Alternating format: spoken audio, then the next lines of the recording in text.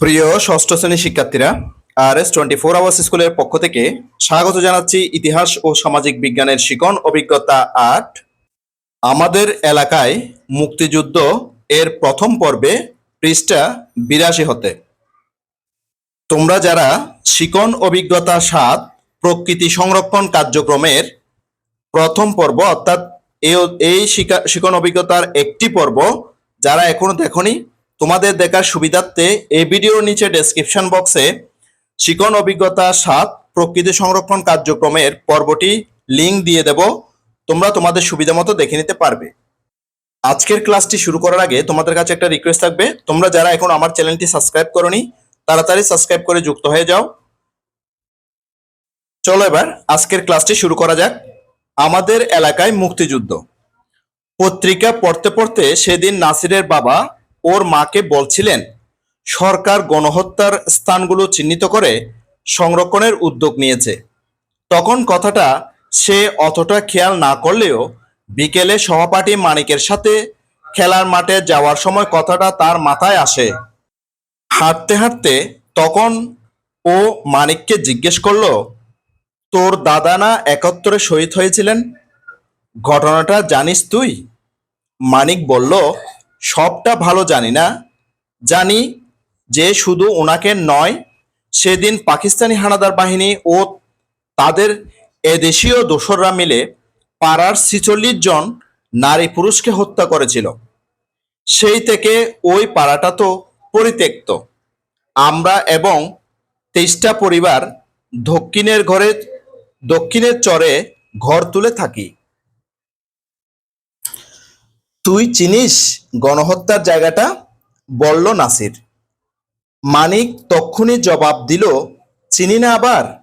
নাসির বলল, চল তাহলে সেখানে যাই। দক্ষিণের চর পেরিয়ে জংলা জায়গাটায় গিয়ে ওরা দেখে সেখানে তাদের এলাকার ইউএনও, ইউপি চেয়ারম্যান ও আরো কয়েকজন মিলে কি যেন দেখছেন, কথাবার্তা বলছেন। কাছে যেতেই তারা চিনল ইউপি চেয়ারম্যান হারুন চাচাকে। কাছে গিয়ে তাকে জিজ্ঞেস করলো নাসির, কি হচ্ছে চাচা এত দূরের এই নির্জন জায়গায়? হারুন চাচা বললেন, ওমা, তোমরা জানো না ৭১-এ আমাদের গ্রামে মুক্তিবাহিনীর সাথে যুদ্ধে পাকিস্তানি হানাদার বাহিনী পরাজিত হয়ে পিছু হটছিল? তার ১০-১২ দিন পরে একদিন বিশ্বাসঘাতক দেশীয় রাজাকারদের সঙ্গে নিয়ে তারা গ্রাম অবরোধ করে আর ৪৩ জনকে বেঁধে এখানে এনে গুলি করে হত্যা করেছিল। মানিক বলল, এটা তাহলে বৌদ্ধভূমি? তখন ইউএনও অনুপম বড়ুয়া কাছে এসে বললেন, সরকার সারা দেশের গণহত্যার স্থান ও বৌদ্ধভূমি চিহ্নিত করছে। শহীদদের স্মরণে স্মৃতিস্তম্ভ তৈরি হবে। আমাদের এখানেও একটা হবে। আমরা যে হারুন চাচার সাথে অর্থাৎ চেয়ারম্যান সাহেবের সাথে যে কথাবার্তা বলতেছে এবং শিক্ষার্থীরা তা জানতে চাচ্ছে, আমরা কিন্তু সেটার ছবি এখানে দেখতে পাচ্ছি। প্রিয় শিক্ষার্থীরা, আমরা ছবিটা আরেকটু ভালো করে দেখি। প্রিয় শিক্ষার্থীরা, এখানে যে একজন আমরা বয়স্ক লোককে দেখতে পাচ্ছি, নিশ্চয় উনি একজন মুক্তিযোদ্ধা, বীর মুক্তিযোদ্ধা। ওনার কাছ থেকে প্রিয় শিক্ষার্থীরা যে তথ্য নিচ্ছে বা যে যুদ্ধের বিভিন্ন ঘটনা সম্পর্কে জানতে চাচ্ছে। চলো এবার আমরা পরবর্তী পৃষ্ঠায় যাই। ইউএনও অনুপম বড়ুয়ার কাছ থেকে যখন শুনলো যে তারা এখানেও একটা যে শহীদদের স্মরণে স্মৃতিস্তম্ভ তৈরি হবে, সেটা শুনে ওরা খুব খুশি হলো। কিন্তু একই সাথে তাদের মনে অনেক প্রশ্ন জাগলো। কেন যুদ্ধ হলো? কেনই বা গ্রামের মানুষকে হত্যা করা হলো? কতদিন ধরে যুদ্ধ হয়েছিল? কারা নেতৃত্ব দিয়েছেন? সব কথা তারা জানতে চায়। মানিক বলল, এই ইতিহাস আমাদের জানতেই হবে। নাসির একটু একই সুরে বলল, হ্যাঁ, সব ঘটনা ভালোভাবে বিস্তারিত জানতে হবে। মুক্তিযুদ্ধ সম্পর্কে আমরা জানতে চাই। এবার আমরা পড়ব মুক্তিযুদ্ধ সম্পর্কে আমরা জানতে চাই। পরদিন স্কুলে ইতিহাস ও সামাজিক বিজ্ঞান ক্লাসে খুশি আপাকে পেয়ে তারা সবাই একসাথে অনেক প্রশ্ন করতে শুরু করলো। খুশি আপা একটু থেমে বললেন, থামো থামো, আমাকে বুঝতে দাও আগে। তার মানে তোমরা আমাদের গ্রামের পশ্চিম প্রান্তে বিলের ধারে মুক্তিযুদ্ধের সময়কার যে বধ্যভূমি আছে সেখানে গিয়েছিলে। খুব ভালো একটা কাজ করেছো তোমরা। আচ্ছা, তোমরা তো জানো যে 1971 সালে আমাদের স্বাধীনতা যুদ্ধ হয়েছিল পাকিস্তানিদের সাথে। তোমাদের প্রশ্নগুলো শুনে মনে হচ্ছে তোমরা আমাদের এলাকায় মুক্তিযুদ্ধ সম্পর্কে জানতে চাচ্ছ, কিন্তু কিভাবে আমরা এই বিষয়ে জানতে পারি বলো তো? নাসির বলে উঠল, কিভাবে আর? অনুসন্ধানী কাজের মাধ্যমে। খুশি আপা বললেন, চমৎকার, তাহলে চলো আমরা একটি অনুসন্ধানী কাজের মাধ্যমে এই সম্পর্কে জানার চেষ্টা করি। এবার আমরা অনুসন্ধানী কাজের মাধ্যমে মুক্তিযুদ্ধ সম্পর্কে জানার চেষ্টা করব। মুক্তিযুদ্ধ নিয়ে আলোচনা, সমস্যা চিহ্নিতকরণ বা অনুসন্ধানের জন্য প্রশ্ন। এরপর খুশি আপা বললেন, এসো আমরা এবার আমাদের সবার আগ্রহের বিষয় মুক্তিযুদ্ধ নিয়ে ভাবি। সবাইকে মুক্তিযুদ্ধ বিষয়ক কিছু প্রশ্ন করলেন, যার কিছু আমাদের জানা, কিছু অজানা। তিনি বললেন, তোমরা কি জানো আমাদের দেশ কিভাবে স্বাধীনতা পেয়েছে? তাহলে তিনি আমাদেরকে একটা প্রশ্ন করেছেন যে তোমরা কি জানো যে কিভাবে আমাদের দেশ স্বাধীনতা পেয়েছে? তোমাদের যদি জানা থাকে প্রিয় শিক্ষার্থীরা, তোমরা তোমাদের মতো করে লিখবে। আমি তোমাদের জন্য বলতেছি, আমাদের দেশ সশস্ত্র মুক্তিযুদ্ধের মাধ্যমে স্বাধীনতা পেয়েছে, অর্থাৎ আমাদের দেশ যুদ্ধ করে, হ্যাঁ, যুদ্ধের মাধ্যমে স্বাধীনতা পেয়েছে। খ নম্বরে বলল, কেন মুক্তিযুদ্ধ হয়েছে? তাহলে তোমাদের যদি জানা থাকে তোমরা উত্তর দিবে, এই যে পাকিস্তানি পাকিস্তানি যে শাসকদের শোষণ, বৈষম্য ও বঞ্চনা থেকে মুক্ত হয়ে স্বাধীন বাংলাদেশ প্রতিষ্ঠা করার জন্য আমরা কিন্তু মুক্তিযুদ্ধ করেছি, বা আমরা আমাদের যে মুক্তিযোদ্ধারা মুক্তিযুদ্ধ করেছেন।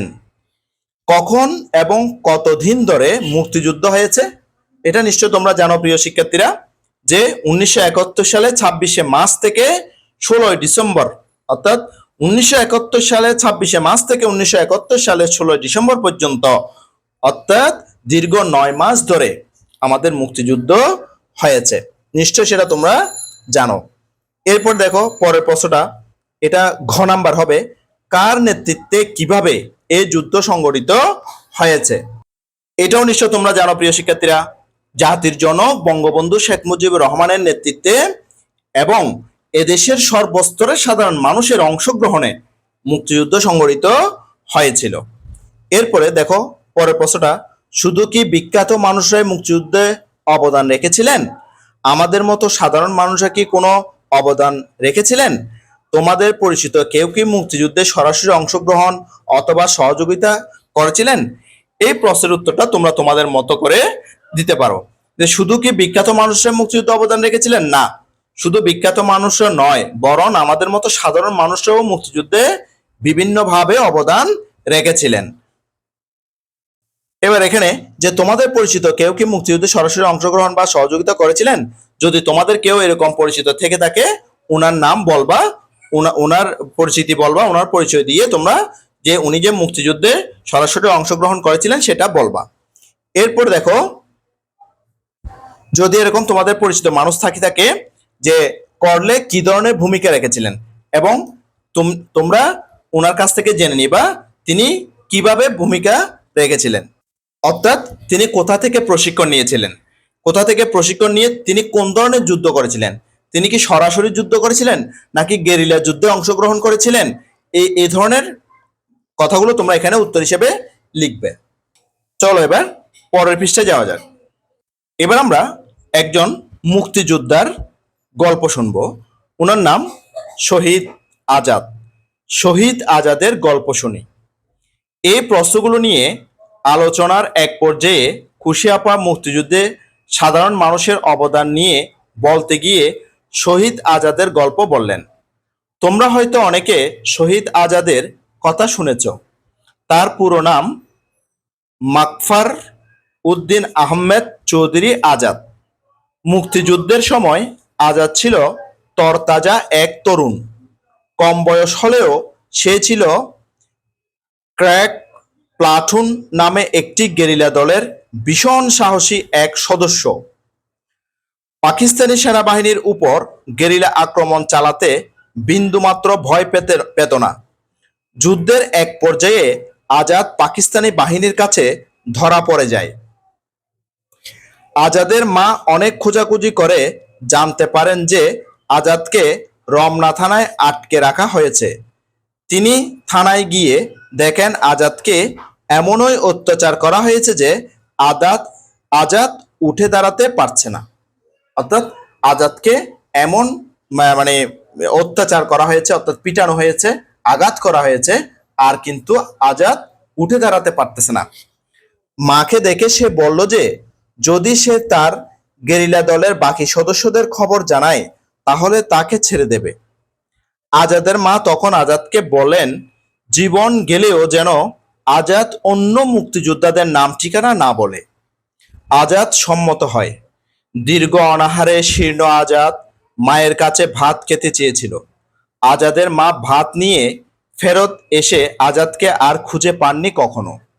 আজাদের মা এরপর যে 14 বছর বেঁচে ছিলেন কখনো আর ভাত খাননি।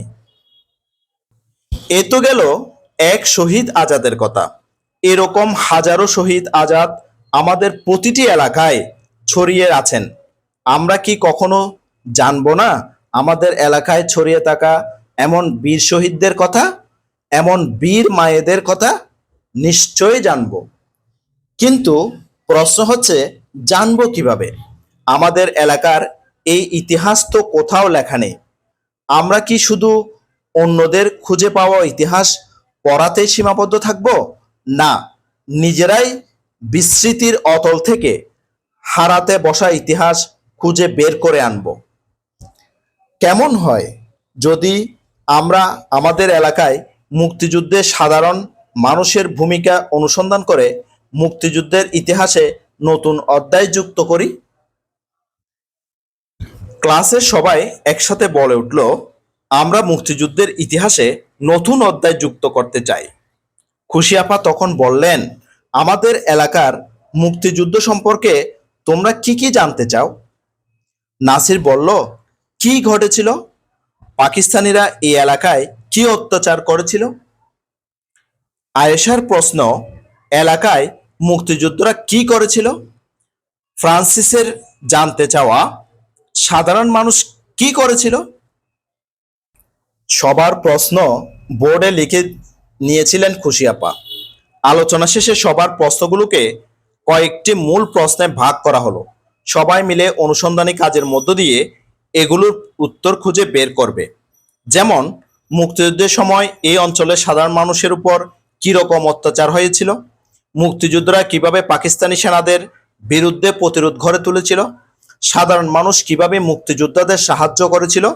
চলো নাসির, আয়েশা ও তার বন্ধুদের মতো আমরাও এই প্রশ্নগুলোর উত্তর খোঁজার জন্য আমাদের অনুসন্ধানী কাজের পরিকল্পনা করি। প্রিয় শিক্ষার্থীরা, তোমরাও কিন্তু এভাবে প্রশ্ন বানিয়ে বা প্রশ্ন তৈরি করে তোমাদের অনুসন্ধানী কাজটা শুরু করতে পারো এদের মতো করে। এবার প্রথমে তারা কি করলো? প্রস্তুতি দল বানালো, দল গঠন ও কর্ম পরিকল্পনা। মিলি জানতে চাইলো যে কাজটি আমরা কিভাবে করব, একা একা না সবাই মিলে? খুশি আপা বললেন, কাজটি কিভাবে করলে ভালো হবে বলে তোমরা মনে করো? ফ্রান্সিস বলল, একা একা কাজটি করা আমাদের জন্য বেশ প্রতিবন্ধক হতে পারে, আবার সবাই মিলে করতে গেলেও গোল বেঁধে যেতে পারে। ছোট ছোট দলে ভাগ হয়ে করলে ভালো হয়। রাসেল বলল, ক্লাসে তো আমরা একজন ভিন্ন ভিন্ন এলাকা থেকে এসেছি। আমার মনে হয় একই এলাকায় বাস করে এমন সবাইকে একই দলে রাখলে কাজ করতে সুবিধা হবে। আরেক বন্ধু মোবারক বলল, তবে সংখ্যাটি 6 থেকে 8 জনের মধ্যে সীমাবদ্ধ থাকলে ভালো হয়, বেশি হলে সবার অংশগ্রহণ কষ্টকর হতে পারে। এবারে মিলি বলল, তবে শুরু থেকে শেষ পর্যন্ত সবাই যাতে একই দলে কাজ করতে পারে তা নিশ্চিত করতে হবে। খুশি আপা বললেন, এই তো, তাহলে চলো আমরা এসব বিবেচনায় নিয়ে এবার দল গঠন করে ফেলি। সবাই তখন যার যার এলাকা অনুযায়ী 6 থেকে 8 জনের দল গঠন করে ফেললো। তারা এবার 6 থেকে 8 জন করে করে কি করলো, দল গঠন করে ফেললো। এবার দলে তারা কাজ করবে। দল গঠনের আলোচনা শেষে খুশি আপা জানতে চাইলেন, ক্লাসে কারো পরিবারের কেউ কি মুক্তিযুদ্ধ বা মুক্তিযুদ্ধে শহীদ হয়েছেন? তিনি একটা প্রশ্ন করেছেন, যে সম্মানিত শিক্ষিকা মহোদয় খুশি আপা তিনি ক্লাসের সবাইকে প্রশ্ন করেছেন যে কারো পরিবারে কেউ কি মুক্তিযুদ্ধে শহীদ হয়েছেন? রবিন বলল, আমার বড় চাচা মুক্তিযুদ্ধে শহীদ হয়েছেন। সে যে ক্লাসের একজন বলে উঠলো কি, তার নাম হচ্ছে রবিন, সে বলল যে আমার বড় চাচা মুক্তিযুদ্ধে শহীদ হয়েছেন। তারপর কি বললো দেখো, খুশি আপা রবিনকে তার চাচা শহীদ হওয়ার ঘটনা সবাইকে শোনানোর অনুরোধ করলে রবিন সবাইকে ঘটনাটা বলল। এই পর্যায়ে খুশি আপা জানতে চান যে মুক্তিযুদ্ধের সময়ে এই অঞ্চলে যে এরকম আরো অনেক ঘটনা ঘটেছিল, যেসব কথা কোথা থেকে জানা যেতে পারে? সিয়াম বলল, এলাকার বিভিন্ন বয়স্ক মানুষের কাছ থেকে। এরপর ফ্রান্সিস বলল, পাঠ্য বইয়ের মুক্তিযুদ্ধ নিয়ে যেসব তথ্য আছে সেখান থেকে। আয়েশা বলল, স্থানীয় লাইব্রেরি থেকে। নাসিরের উত্তর, ওই সময়ের পত্র পত্রিকা থেকে। মিলি বলল, শুনেছি ইন্টারনেট ও বিভিন্ন ওয়েবসাইট থেকে অনেক তথ্য পাওয়া যায় বা জানা যায়। এবার খুশি আপা এবার নিশ্চিন্ত বা নিশ্চিত এবার খুশি আপা চিন্তিত ভঙ্গিতে বললেন, খুশি আপা এবার একটু চিন্তিত হলেন, চিন্তিত ভঙ্গিতে বললেন, এসব উৎস থেকে প্রাপ্ত তথ্য সঠিক কিনা তা কিভাবে জানবো? সবাই বেশ চিন্তিত হয়ে পড়ল। জয় বলল, আমরা কয়েক জায়গা থেকে তথ্য নিয়ে মিলিয়ে দেখতে পারি। যদি মিলে যায় তাহলে বুঝবো প্রাপ্ত তথ্য সঠিক।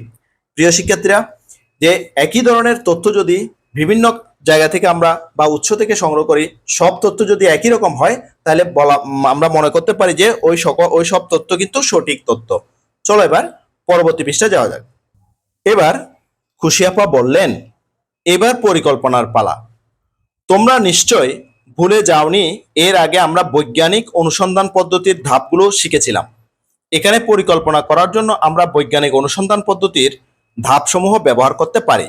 এবার আমাদের এলাকায় মুক্তিযুদ্ধ বিষয়ক অনুসন্ধানী কাজটি কিভাবে করা যেতে পারে? খুশি আপার সহযোগিতায় আয়শা ও তার বন্ধুরা একটি পরিকল্পনা তৈরি করলো। এবারে চলো আমরাও ওদের মতো অনুসন্ধানী কাজের মাধ্যমে আমাদের এলাকায় মুক্তিযুদ্ধের ইতিহাস খুঁজে বের করার জন্য পরিকল্পনা তৈরি করি। এরা যেভাবে পরিকল্পনা তৈরি করতেছে, প্রিয় শিক্ষার্থীরা, তোমরাও চাইলে তোমাদের এলাকার যে অনুসন্ধানী কাজের জন্য, মুক্তিযুদ্ধ বিষয়ের ইতিহাস জানার জন্য বা মুক্তিযুদ্ধের ইতিহাস খুঁজে পাওয়ার জন্য তোমরা পরিকল্পনা তৈরি করতে পারো। এবার প্রথম পরিকল্পনার মধ্যে আছে এদের যে দলের নিয়ম নীতি। খুশি আপা মূল কাজ শুরু করার আগে দীর্ঘমেয়াদী এই কাজে দলের সদস্যরা কোনো নিয়ম নীতি মেনে চলবে কিনা জানতে চাইলে সবাই নানা রকম মতামত দিল। সেসব মতামত যাচাই বাছাই করে শিক্ষার্থীদের পালনীয় নিয়ম নীতির একটি তালিকা তৈরি করা হলো, যা অনুসন্ধান করার জন্য সকলে একমত হলো। তারা যে তালিকা তৈরি করলো তার কয়েকটি নিয়ম নিচে উল্লেখ করা হলো।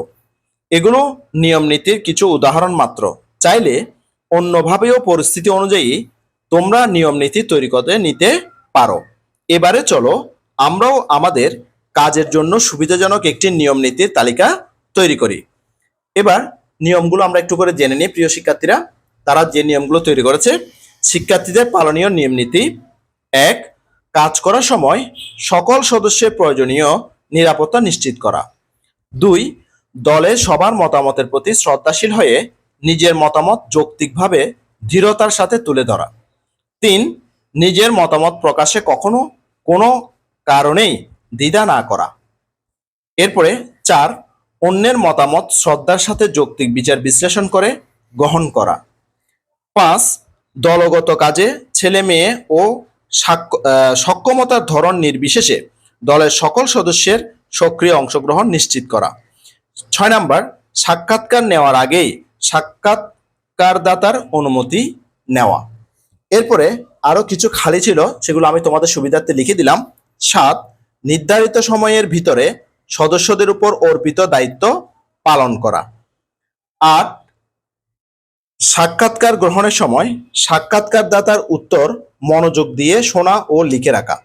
9, প্রকল্প চলাকালীন কোনো সমস্যা হলে তা আলোচনার মাধ্যমে সমাধান করা।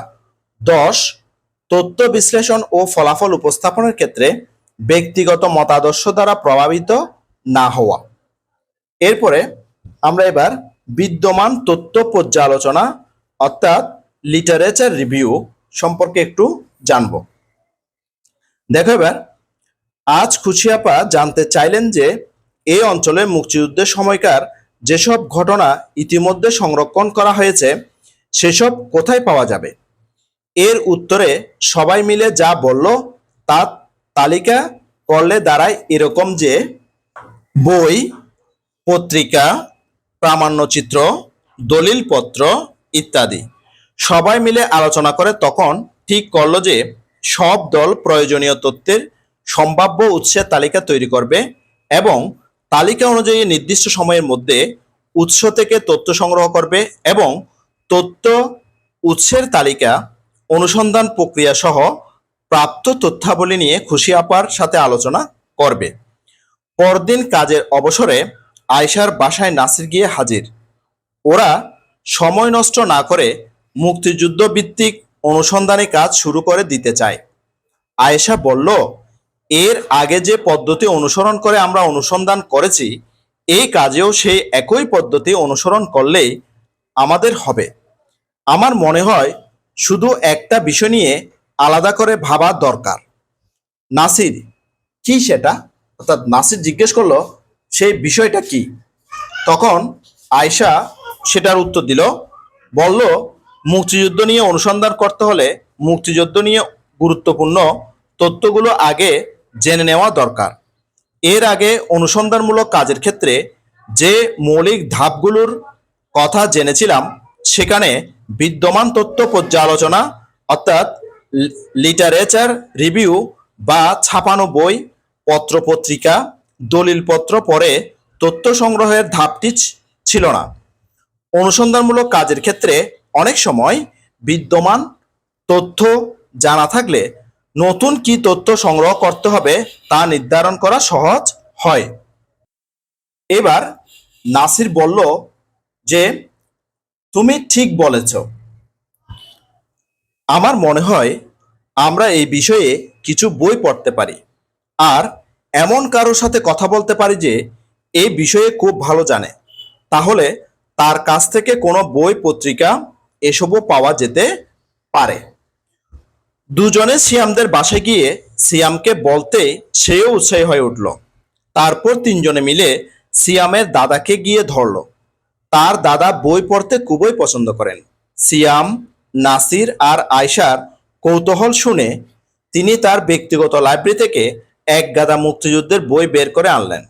তারপর সেগুলো থেকে মজা করে, প্রশ্ন করে তার উত্তর বলার ঢঙে পড়ে শোনাতে লাগলেন। চলো আমরা এবার মুক্তিযুদ্ধ সম্পর্কে জানব। চলো মুক্তিযুদ্ধ সম্পর্কে জানি। তোমরা নিশ্চয় জানো যে মুক্তিযুদ্ধ হয়েছিল 1971 সালে। তবুও জানতে ইচ্ছে করে এটি কেন মুক্তিযুদ্ধ, কেন এই যুদ্ধ হয়েছিল? খুব সহজ কথা, মুক্তির জন্য যুদ্ধ। হ্যাঁ, এবার প্রশ্ন উঠবে, কার মুক্তি, কার কাছ থেকে, কেনই বা মুক্তির প্রশ্ন উঠল? তোমরা আসলে জানো সবই। আমাদের মুক্তি এই বাংলার অর্থাৎ তৎকালীন পূর্ব পাকিস্তানের জনগণের মুক্তি। মুক্তি চেয়েছি আমরা পাকিস্তানের কাছ থেকে। কেন চেয়েছি মুক্তি? তার অনেক কারণ আছে। সেই কারণগুলো যে তোমরা জানো না তা নয়। একটু ভাবো, কিংবা চলো নিজেদের মধ্যে আলোচনা করি, ঠিক বেরিয়ে আসবে কারণগুলো। সেটা বুঝতে হলে যে বিষয়গুলো নিয়ে আলোচনা জরুরি তা হলো মাতৃভাষার অধিকার রক্ষার আন্দোলন, বৈষম্য ও বঞ্চনা প্রতিকারে ছয় দফার আন্দোলন, 69-এর গণ অভ্যুত্থান, 1970-এর নির্বাচনে বিজয় ও পাকিস্তানের ষড়যন্ত্র বিষয়গুলো নিয়ে এইসব বই থেকে সংক্ষেপে আমাদের জানিয়ে দিচ্ছি বা তোমাদের জানিয়ে দিচ্ছি। তোমাদের শিক্ষক এবং অন্যান্য আরো অনেক বই পুস্তক বা এলাকার বয়স্কদের কাছ থেকেও কিছু জানতে পারবে। প্রিয় শিক্ষার্থীরা, আজকের পর্বটির মাধ্যমে নিশ্চয় তোমরা আমাদের মুক্তিযুদ্ধের ইতিহাস জানার ব্যাপারে অনেক আগ্রহী হয়েছ। আমরা আগামী ক্লাস থেকে আমাদের মুক্তিযুদ্ধ সম্পর্কে জানার চেষ্টা করব। আশা করছি আজকের ক্লাসটি তোমাদের কাছে অনেক অনেক ভালো লেগেছে। আজকের ক্লাসটি এই পর্যন্ত। আমি আগামী ক্লাসে 88 পৃষ্ঠার ভাষা আন্দোলন থেকে শুরু করব। ইতিহাস ও সামাজিক বিজ্ঞানের শিকন অভিজ্ঞতা 8, আমাদের এলাকায় মুক্তিযুদ্ধ এর দ্বিতীয় পর্বটি দেখার আমন্ত্রণ জানাচ্ছি। সাথে সাথে ইতিহাস ও সামাজিক বিজ্ঞানের অন্যান্য ক্লাসগুলো দেখারও অনুরোধ জানাচ্ছি এবং ইতিহাস ও সামাজিক বিজ্ঞান ছাড়াও বিভিন্ন বিষয়ের ক্লাসগুলো দেখারও অনুরোধ জানাচ্ছি। ইতিমধ্যে তোমরা যারা আমার চ্যানেলটি সাবস্ক্রাইব করে আমার ক্লাসগুলো নিয়মিত দেখতেছো, তোমাদেরকে আমার অন্তরের অন্তঃস্থল থেকে অসংখ্য অসংখ্য ধন্যবাদ। আর যারা সবেমাত্র আজকে প্রথমবার আমার ক্লাসটি দেখলা, তোমাদের প্রতি অনুরোধ রইল তোমরা আমার চ্যানেলটি সাবস্ক্রাইব করে পাশের নোটিফিকেশন অল করে বেল বাটনটিকে বাজিয়ে দাও। আর তোমার বন্ধুদের সাথে ও আত্মীয় স্বজনের সাথে ক্লাসগুলো বেশি বেশি শেয়ার করো, যাতে করে তারাও তোমার মতো দেখে উপকৃত হয়। ইতিহাস ও সামাজিক বিজ্ঞানের শিকন অভিজ্ঞতা 8, আমাদের এলাকায় মুক্তিযুদ্ধ এর দ্বিতীয় পর্বটি দেখার আমন্ত্রণ জানিয়ে আজকের ক্লাসটি থেকে এখানেই বিদায় নিচ্ছি। সবাই ভালো থাকবা, সুস্থ থাকবা, অবশ্যই নিরাপদে থাকবা। সবাইকে ধন্যবাদ।